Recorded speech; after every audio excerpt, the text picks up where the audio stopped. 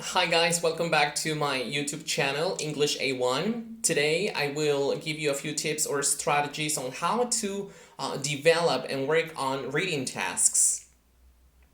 What you can see here is a set of visual aids. These are cards that I printed because the topic or the article that I'm going to get my student to read revolves around this recent piece of news that made international headlines, which is the so-called virus WannaCry. I don't know if you heard about that virus that's hacked different confidential international companies' database around the world in different countries. So I have chosen to print these pictures because I want to get my student to focus on them, on each one of them, and to invite him to say anything that springs to his mind. I want to point out that I have chosen to put these pictures on the table because I am giving a one-to-one class. So it's just me and my student. So it's private tutoring. But if you have a group of 5, 6, or maybe a larger class, you may make the pictures a little bit larger or bigger, and you can display them on the board or on the walls in your classroom. So it's very important to provide our students with some warm-up so we can activate whatever previous knowledge that they have related to the topic they're about to read. So once we show these pictures to our student, we allow him to share with us any piece of information that he may recall or might have heard or might have read. And at this point, we proceed to show a few pictures where we've previously written down some keywords.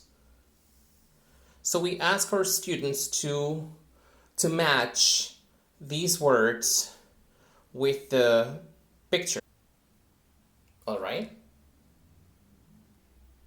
Of course, once the pictures are matched with the keywords, we definitely have to grant our student to come up with some other elaborate ideas. Maybe he or she can explain what NSA stands for, or try to explain to us what hacker means, giving examples or facts, and what ransom means as well, because these are 3 of the bunch of words he will see later on once he is engaged with the reading task itself. Then, as a following step, we may want to provide our students with a list of target words, the target vocabulary of the lesson. So we show them these words. We might want to go over the pronunciation of each one of these words, so we make sure that the words are pronounced correctly and accurately. So once we model the pronunciation of these words, we explain to our student or students that they're supposed to think about the content of the article they're about to read.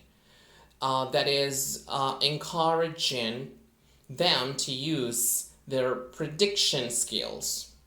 So we ask them, okay, what do you think the next article that you're about to read is about?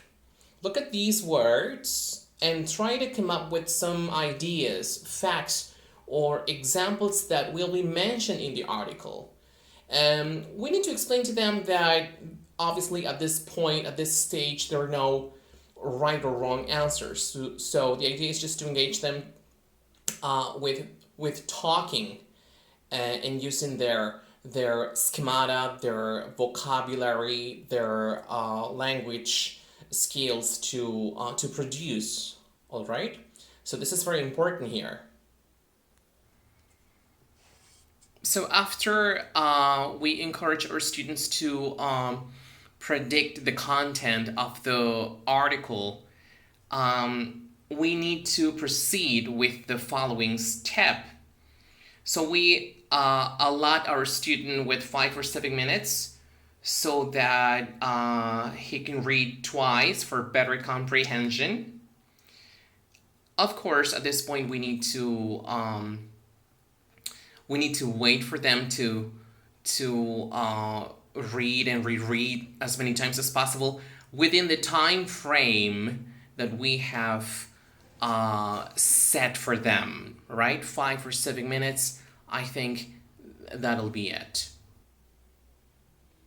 So once our student is done reading, we give our learner 3 focus questions so that we monitor his understanding of the text structure. This way, we're helping them decode and find out more carefully what information each paragraph presents, introduces, or explains. So here you can see the first question is, why is Microsoft company angry with NSA? The second question is, what is ransomware? And the last but not least is, why is this cyber weapon a huge problem? So our student is supposed to fill out these spaces with their answers. So we need to allow our student or students to revise their answers. But this time we need to push them to use the 10 words, right? These 10 words that we had presented in the warm-up stage. This is really important because that's the objective. We need to encourage our students to use the target language, the target vocabulary. So maybe they can edit their answers here given, pushing themselves to use these words, right? And so that they create their own chances to use the target language. So once our students are done with their answers, we need to grant them a few minutes to reread the reports so that they can report the summary, so to speak, without reading from the sheet of paper, but by simply referring themselves to the words. That means that what we have to do is to take this sheet of paper away from them, and we just allow them to look at these words here, right? These words, and try to remember the information that they have written down on this previous sheet.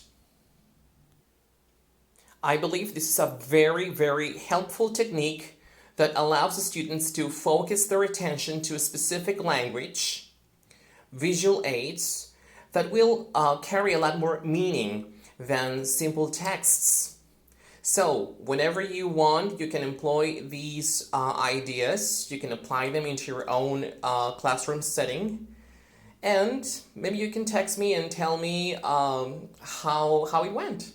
All right? Remember, you can adapt this procedure or lesson plan depending on the kind of reading text that you're planning to work on and the group that you have. So, good luck and enjoy your reading sessions.